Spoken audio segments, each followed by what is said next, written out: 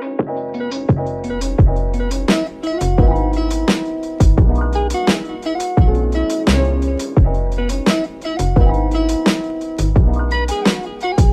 guys, ketemu lagi sama aku Sasta dari kelas Full Kecantikan, ingin mempresentasikan tentang analisis kulit wajah, tubuh, rambut, tangan, dan kaki.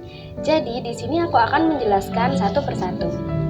1 atau A, cara menganalisis kulit wajah, tubuh, rambut, tangan, dan kaki. Sebelum itu, kalian harus tahu apa sih analisis itu. Jadi, analisis itu adalah suatu tindakan mengamati, meraba seseorang untuk memperoleh hasil yang akurat tentang jenis kelainannya. Nah, tujuannya adalah untuk mengetahui kondisi kulit beserta kelainan-kelainannya sebelum melakukan pasca perawatan. Ada beberapa hal yang dapat ditentukan berdasarkan hasil analisis, antara lain 1. Menentukan tindakan perawatan yang akan dilakukan sesuai analisis. 2. Menentukan jenis kosmetik yang akan digunakan. 3. Menentukan teknik yang tepat dalam pasca perawatan. 4. Menentukan desain warna yang akan digunakan untuk merias. 5. Menentukan tema riasan. Dan 6. Memberikan saran dan nasihat setelah pasca perawatan. Teknik melakukan analisis ada 3, yaitu 1. Anamnesia, yang artinya adalah tahap melakukan konsultasi dengan mengajukan pertanyaan seperti nama, usia, alamat, dan riwayat kesehatan klien. 2. Inspeksi, yang artinya adalah langkah pengamatan pada saat perawatan akan dilakukan. Aspek pengamatan meliputi jenis kulit, seperti pori-pori, kerut atau keriput kulit, dan kelainan gangguan kulit lainnya. 3. Palpasi, yang artinya adalah tindakan meraba atau mengetahui elastisitas dan kekencangan kulit. Lanjut nomor 2B, mengenal anatomi dan fisiologi kulit wajah. 1. Susunan kulit. A. Epidermis atau kulit ari merupakan kulit yang paling atas dan paling tipis. Kulit ari terdiri dari beberapa lapisan seperti 1. Stratum corneo atau lapisan tanduk adalah lapisan yang terdiri atas keratin. 2. Stratum lucidum atau lapisan bening yang terdiri atas sel-sel mati tak berinti dan bersifat transparan. 3. Stratum granulosum atau lapisan butir yang terdiri atas 2 atau 3 lapis sel terbentuk kumparan yang berinti dan plasmananya terbutir. 4. Stratum spinosum atau lapisan taju terdiri atas 4 atau 5 lapisan sel yang bersudut banyak atau poligonal yang berhubungan satu dengan yang lain. 5. Stratum basale atau basal, lapisan tunas dibentuk oleh sel-sel epitel torak. B. Dermis cutis atau corium atau kulit jangat. Lapisan ini merupakan jaringan ikat yang terdiri atas serabut elastis dan serabut kolagen. Di dalam kulit juga terdapat 1. Kelenjar palit atau kelenjar lemak, 2. Kelenjar keringat, 3. Pembuluh darah, 4. Pembuluh getah bening, 5. Urat saraf halus, 6. Kandung folikel rambut, dan 7. Otot penegak rambut. C. Hipodermis atau subcutis, jaringan ikat bawah kulit. Lapisan ini merupakan lapisan kulit yang paling bawah yang berisi banyak jaringan lemak. Tebal tipisnya, lapisan ini berbeda pada setiap orang, tergantung usia, jenis kelamin, dan keadaan kesehatan badan. 2. Fungsi kulit. A. Sebagai alat pelindung atau proteksi. 2. Pengatur suhu tubuh atau termoregulasi. C. Penerima rangsang atau persepsi. D. Alat pengeluaran atau ekreksi. E. Pembentukan vitamin D. F. Penyerap zat-zat tertentu atau absorpsi. G. Tempat cadangan lemak di bawah kulit. 3 jenis kulit wajah. A. Kulit normal atau normal skin. Kulit merupakan kondisi yang paling prima dan ideal, dengan keadaan yang tidak berminyak dan tidak kering, sehingga kelihatan segar, bagus, dan pori-pori hampir tidak kelihatan. Kulit normal mempunyai ciri-ciri sebagai berikut. 1. Bersinar, segar, bersih, halus, kenyal, tidak berkeriput. 2. Pori-pori hampir tidak terlihat. 3. Pembuluh-pembuluh darah kulit tidak jelas di bawah kulit. 4. Gambaran garis-garis kulit sedang. 5. Aktivitas kelenjar lemak dan kelenjar-kelenjar keringat normal. 6. Lapisan asam menutupi kulit secara sempurna. B. Kulit kering atau dry skin.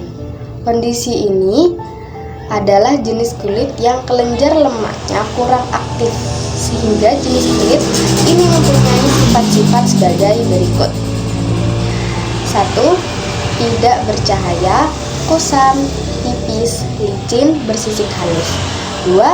Pori-pori halus dan tidak jelas. 3. Pembuluh-pembuluh darah kulit tanpa berbayang jelas di bawah kulit. 4. Gambaran garis kulit sangat halus. 5. Lapisan asam tidak sempurna. 6. Sangat terpengaruh oleh perubahan cuaca. 7. Aktivitas kelenjar lemak sangat kurang dan pelumasan kulit kurang baik sehingga penguapan air bertambah. Kulit menjadi kering. 8. Cepat terjadi kerut dan keriput pada sekitar wajah. C. Kulit berminyak atau oily skin. Kondisi kulit berminyak adalah jenis kulit yang kelenjar-kelenjar lemaknya bekerja berlebihan, sehingga kulit mempunyai sifat-sifat sebagai berikut. 1. Mengkilap karena dilapisi minyak, memberi kesan kotor dan tidak segar. 2. Kulitnya sangat tebal, pori-pori kasar, dan sering kali tersumbat sehingga membentuk komedo. 3. Pembuluh-pembuluh darah kulit sama sekali tidak terlihat. 4. Gambaran garis-garis kulit kasar. 5. Aktivitas kelenjar lemak berlebihan. 6. Tegangan kulit kurang baik. D. Kulit campuran atau combination skin. Kulit kombinasi atau campuran ini adalah jenis kulit yang bagian tengah atau sekitar T-zone kadang-kadang berminyak atau normal, sedangkan bagian lainnya normal atau kering. 4. Kelainan kulit. A. Akne atau jerawat. Akne atau jerawat terjadi karena penyumbatan lemak pada kandung rambut yang dapat meradang karena bakteri-bakteri. Timbulnya jerawat ini dipengaruhi oleh bermacam-macam faktor, seperti 1. Hormon androgen atau hormon laki-laki yang bersifat memperburuk. 2. Hormon estrogen atau hormon wanita yang bersifat memperbaiki. 3. Kebersihan. 4.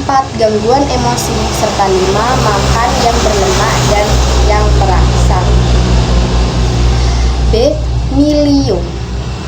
Milium merupakan penyumbatan massa sebum yang tidak mempunyai jalan keluar. Sumbatannya jauh ke dalam rambut.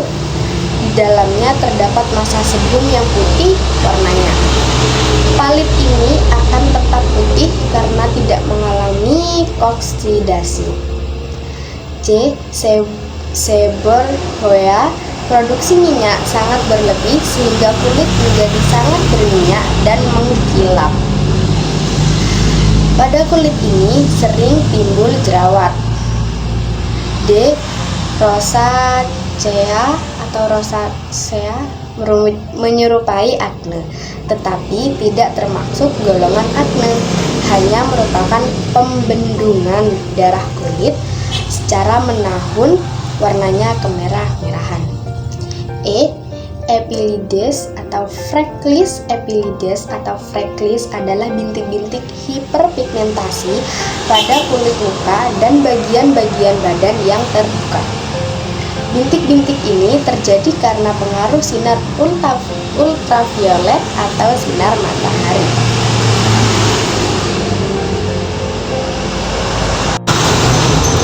F. Lentigines. Lentigines adalah adalah bintik-bintik yang berwarna agak kekuning-kuningan sampai sedikit coklat. Bintik-bintik ini disebabkan oleh kumpulan sel-sel yang mengandung pigmen di dalam kulit. G. Glosma. Glosma adalah noda-noda hitam yang lebar dan sering terdapat pada kulit muka. Glosma geranium adalah noda-noda hiperpigmentasi yang disebabkan oleh pengaruh kehamilan.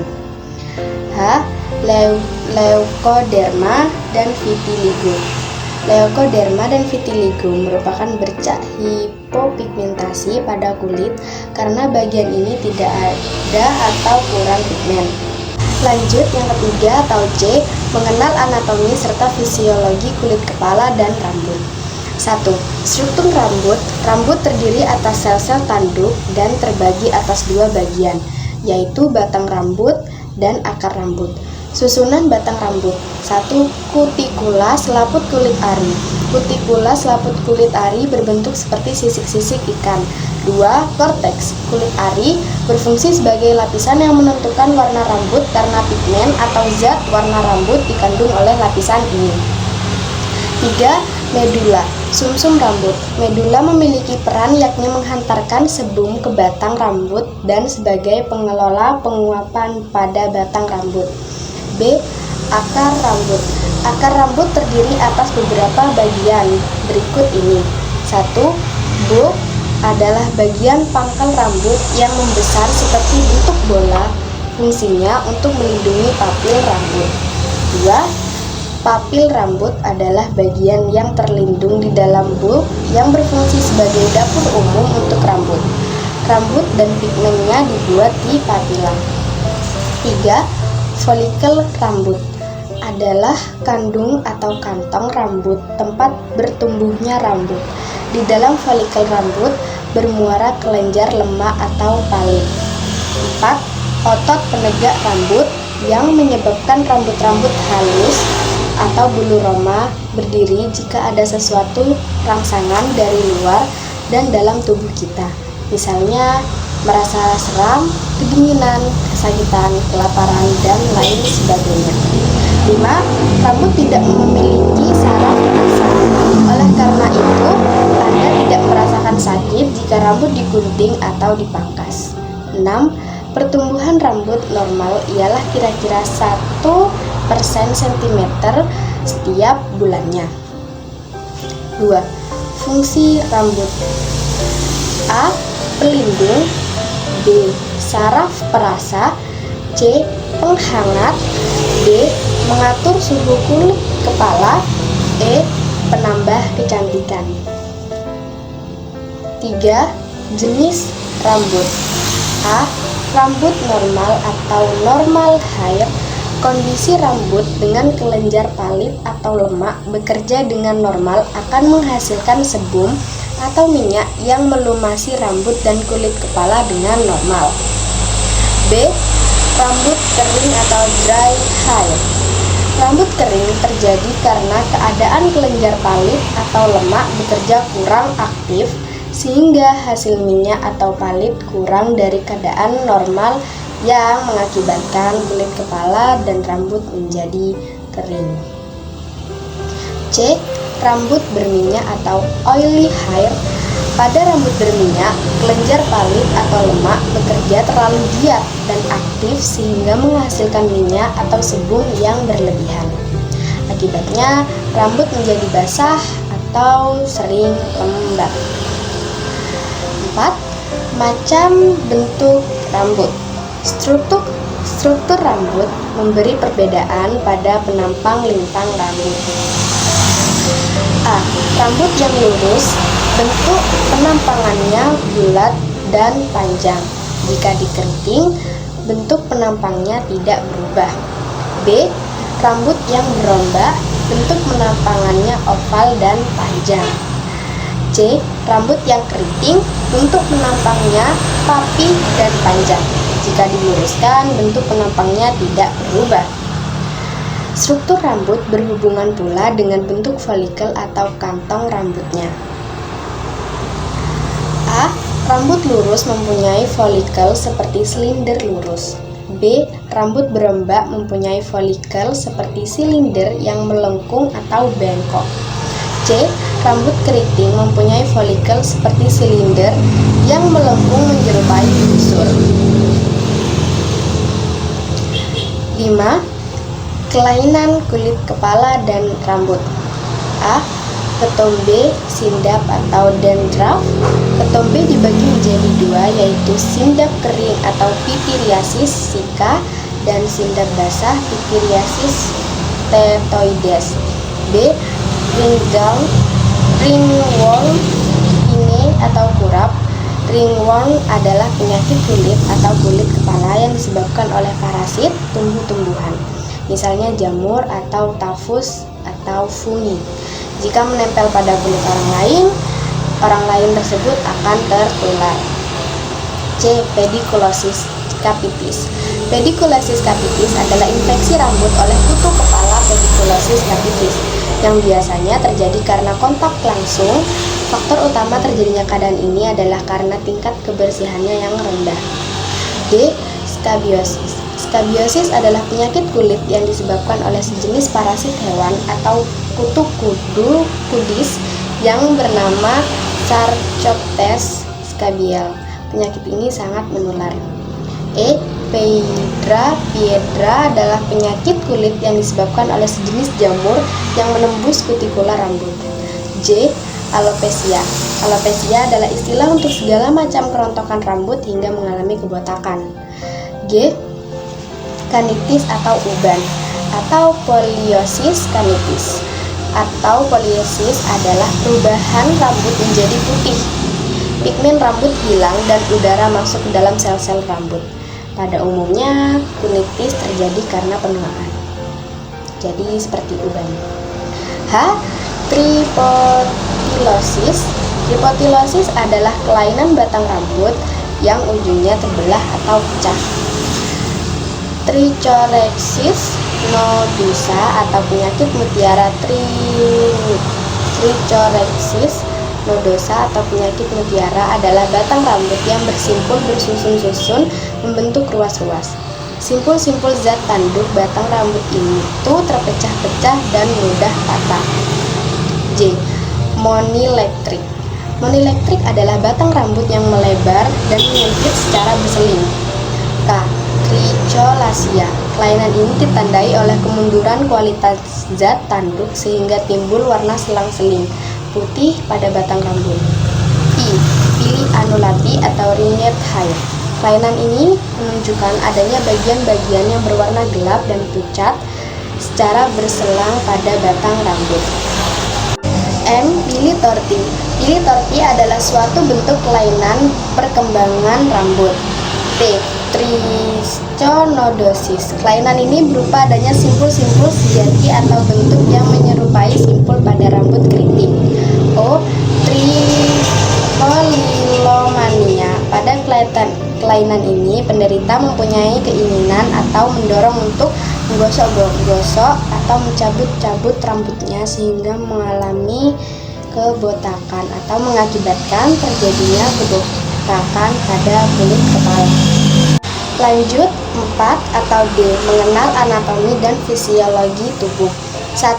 Postur tubuh adalah suatu keadaan seluruh tubuh yang merupakan gambaran aktivitas atau kebiasaan seseorang yang dapat memengaruhi bentuk tubuh itu sendiri. Postur dikatakan dalam kondisi baik atau good posture apabila sejumlah otot dari anggota tubuh mencapai keseimbangan kelenturan sehingga dapat bekerja semaksimal mungkin. 2. Faktor yang mempengaruhi postur tubuh. A. Genetik atau faktor keturunan. 2. Kehamilan. 3. Kebiasaan jelek atau bad habit. 4. Penyakit. 5. Obesitas. Dan 6. Traumatik. 3. Macam-macam kelainan postur tubuh. A. Wing scapula adalah kelainan pada tulang belikat atau scapula yang terlihat menonjol terpisah dari tulang rusuk. B. Lordosis adalah kelainan pada tulang belakang yang membentuk kurung ke depan. C. Kyphosis adalah kelainan pada tulang belakang pada bagian atas cembung sehingga terlihat punggung membungkuk. D. Kypholordosis adalah kombinasi lordosis dan kyphosis sehingga terlihat punggung membungkuk dan perut maju ke depan. E. Skoliosis adalah kelainan tulang yang belakang membentuk huruf S sehingga badan terlihat miring ke kiri atau ke kanan. F. Kelainan bentuk bahu, kelainan bentuk rongga, kelainan bentuk payudara, kelainan bentuk perut, kelainan bentuk pinggang, kelainan bentuk pinggul, kelainan bentuk bokong dan pantat, kelainan bentuk lengan, kelainan bentuk tungkai, kelainan bentuk lutut. 4. Bentuk tubuh. Berdasarkan atas perbedaan untuk postur tubuh, sejak lama telah digolongkan menjadi beberapa tipe, yaitu 1. Tipe Pygmies. Tipe ini bundar, seringkali gemuk dan berbobot berat. 2. Tipe Atletis. Bentuk badan tipe ini terutama ditentukan oleh susunan otot yang berkembang baik dan kukuh atau kokoh.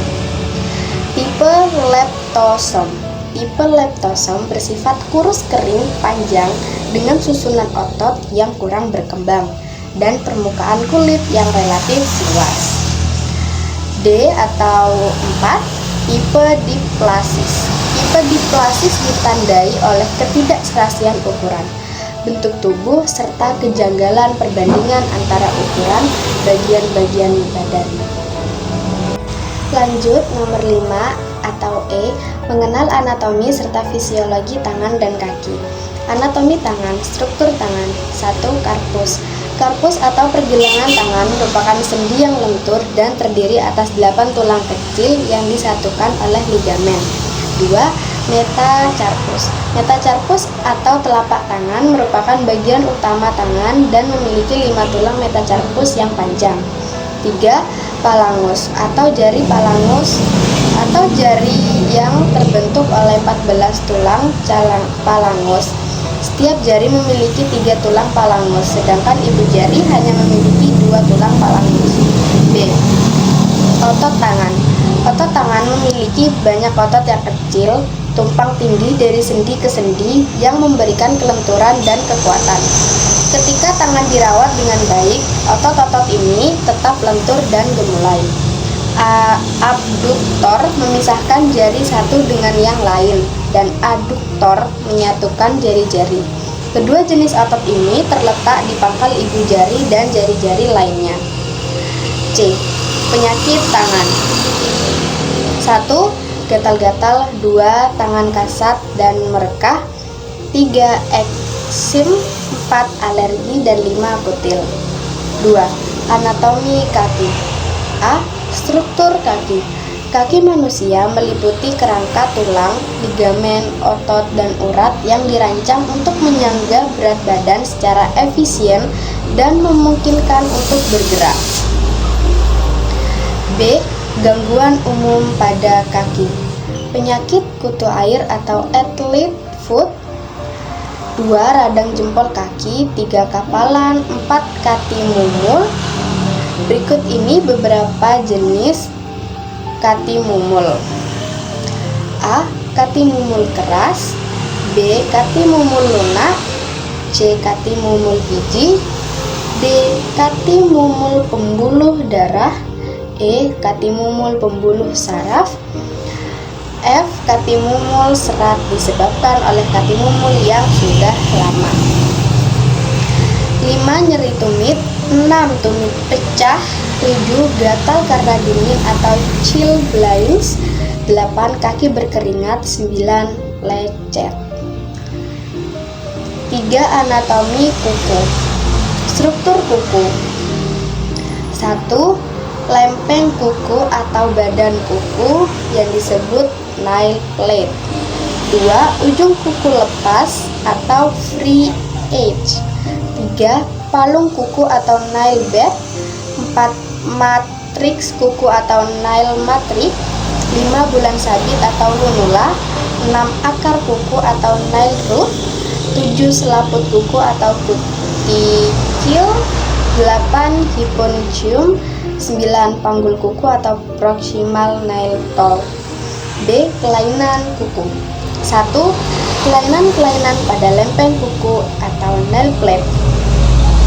Bright nail, engsel nail, bious line, corrugations, hangnail atau arcnail, coilochia, ochichortosis atau egrowing nail, ochinolysis, pterygium, onychorhexis, melanonychia, onycharopia, onychauxis, onychorrhipiosis, kuku lebam, psoriasis. 2. Infeksi kuku. A. Paronychia atau whitlow. Paronychia atau whitlow adalah kondisi terjadinya inflamasi pada sekitar jaringan kuku karena adanya bakteri yang mengakibatkan infeksi. B. Pseudomonas. Infeksi yang disebabkan oleh bakteri ini terjadi antara lempeng kuku asli dan dasar kuku. Makin gelap warnanya berarti bakteri telah menjalar ke lapisan kuku yang makin dalam. E. Onychomycosis atau ringworm adalah kelainan yang diakibatkan oleh jasad remik jamur yang biasanya terdapat pada hyponychium atau kulit di bawah ujung kuku lepas lalu menjalar pada nail bed atau palung kuku. D. Onychia. Onychia adalah inflamasi oleh jamur atau bakteri yang mengakibatkan rusaknya kutikula. 3. Gangguan warna kuku. Warna kuku dapat berubah tergantung dari penyebab perubahan tersebut. Berikut ini beberapa faktor penyebabnya perubahan warna kuku. A. Jasad renik seperti tumbuhan jamur. B. Bahan-bahan kimia seperti cat rambut, cat berwarna, cat kuku yang pemakaiannya tanpa didasari base coat. E. Tembakau pada rokok maupun karena pukulan benda keras. Berikut ini jenis-jenis warna kuku. A. Kuku biru atau blue nail. Kuku biru atau yang biasa kita sebut blue nail adalah warna kuku yang sangat pucat karena peredaran darah di palung kuku tidak baik. B. Kuku hitam atau kecoklatan. Warna kuku hitam atau kecoklatan disebabkan adanya kerusakan pada palung kuku akibat adanya peredaran di dalam lapisan dermis. C. Kuku pucat. Kondisi kuku pucat atau cenderung berwarna putih kadang-kadang terkait dengan penuaan. D. Kuku kuning. Kuku yang berwarna kuning biasanya terjadi pada seseorang yang menderita penyakit liver atau penyakit hati.